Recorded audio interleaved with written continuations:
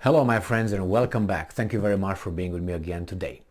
This article comes from the Ukrainian side, so it's very concerning because if they report such movements, such transfer of troops and ammunition and weapons, that means it's much more than they report.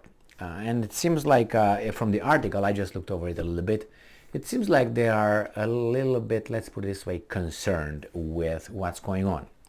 All right, put my Ukrainian goggles here. This is coming from Ukrinform.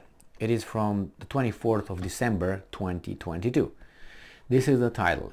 Russian columns moving actively from Mariupol towards Berdyansk. So from east west. Now, this is what the Ukrainians say. A very active movement of Russian convoys towards Zaporizhzhia region is spotted in Mariupol city and district.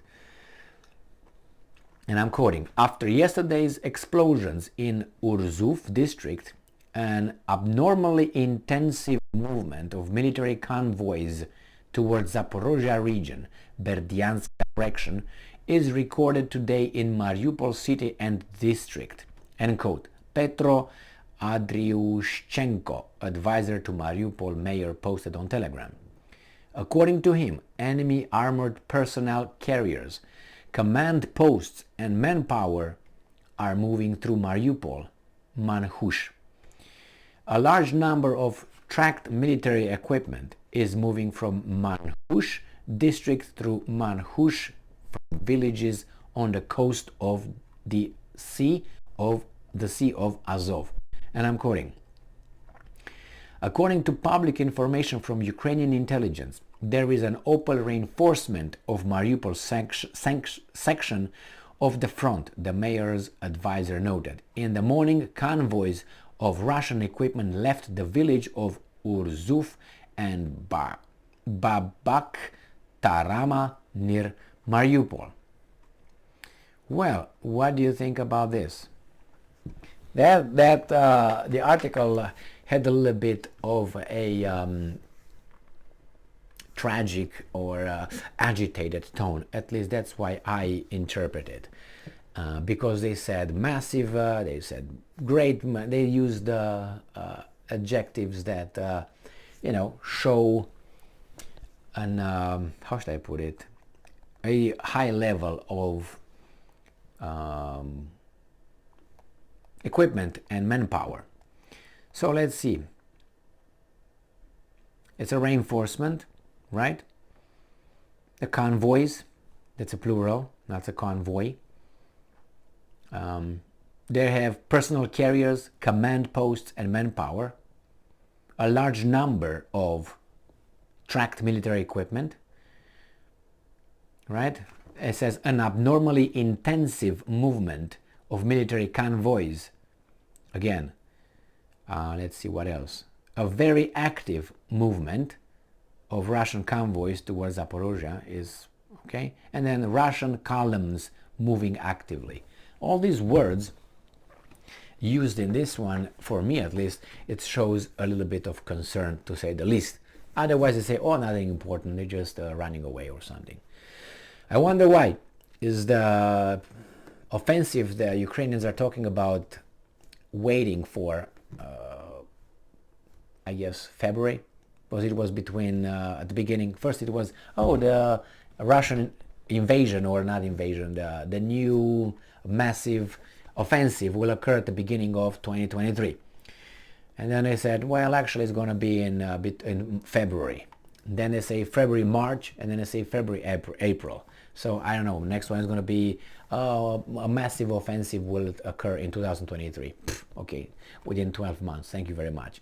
A massive offensive will occur in our lifetime. That's not an information, that's a guess right there. So anyway, that's not the only evidence that I had looking for information, finding information regarding the Russians bringing troops in certain positions. The Russians are in an active offensive already in Bakhmut and Avdiivka, where the Ukrainians report that the Russians are advancing, but they're advancing only a few meters, if you know what I mean. Obviously, as I always say, multiply it with at least 3 in this situation. So there's not like a few meters, make it about a few tens of meters. I think it's more than that. But who knows? They tell you this, the Russians tell you something else, the Americans are telling you something else. As I always say, this news, with all this bullshit they say, I feel like every time I read it from various outlets, and various information I get from these different locations, it's like walking in the middle of the night in a dark alley. I always give you this example. In the dark alley, there's full of doo-doos, shit. And you know it's there, but you can't really see it. But you have to go through that alley. So you have to jump, dodge this one, jump on that one, sleep on that one. You realize that at the end of the alley, shit, I stepped on a few doo-doos right here, and it's very slippery. My soul are slippery. So you must have stepped on some doo-doo. So the same thing with this mass media. If I look at one and it's so really, I have to verify it with this one. These ones don't give me the information. I have to go to the other one. It's like jumping from one doo-doo to another one and just, dodging them and see which one will give you less doo-doo. In this case, all I get out of this is the Russians are moving large quantity of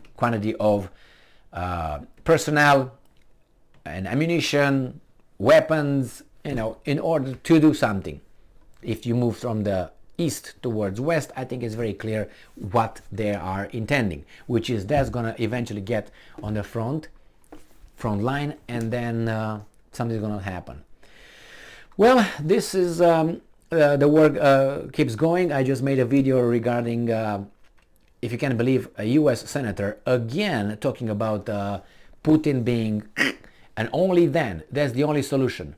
And his name is Lindsey Graham from South Carolina, senator, one of the 100 US senators, okay, in Washington, D.C. He thinks that Putin should be taken out by, I don't know exactly if it's the Russians that he wants to, but anyway, he supports the killing of an unproven guilty person. Putin is not proven yet by a court or by evidence put in front, that he is a war criminal, he is this, is however you want to take it. Because if you say, well, it was undeclared, unprovoked invasion. Well, from their point of view, and they can give you a list of provocations, they say, no, actually, you guys, it's your fault. Pointing to the sponsors of Ukraine and Ukraine. It was you guys that you instigated, you killed our people in the East Ukraine, you toppled the government, the elected government of Ukraine in 2014, you organized that, you put the military, you gave them Ukrainians military, you enhanced them, you trained them for this right now. Then you started to shoot again the Russian speaking, or the whatever you want to call them, in Donbass. So it was all you. You wanted to advance with NATO troops. You wanted to advance with another country being closer to our territory. You wanted to put missiles next to our territory and blow us off, like you put in Romania and Poland. And it's all you. You expanded towards us. We didn't expand towards you. See, all these arguments, it's a long list that I can keep going on and on and on. And these are factual. All of these things are factual. Factual. You can check them out. Did NATO move towards East? It did. Did they say they want Ukraine? 2008 Bucharest NATO summit, yes. George W. Bush plus Georgia. But Georgia got smacked in the meantime. Now this one, it's closer because you have the weasels behind and they can provide weapons. But Georgia was a little bit harder. That's why it got smacked and everything, boom. Did they overthrow the government, democratically elected government, legal government of Ukraine 2014? Yes. With the help of some sponsors. You have the phone calls. And not only that, yes. Did they recognize the traitors that took over? Yes.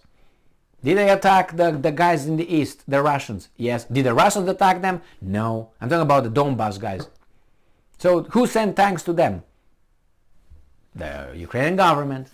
Did they vote for this government? No. Are they legitimate? No. Why? Because not all the people, all the citizens of Ukraine voted for him.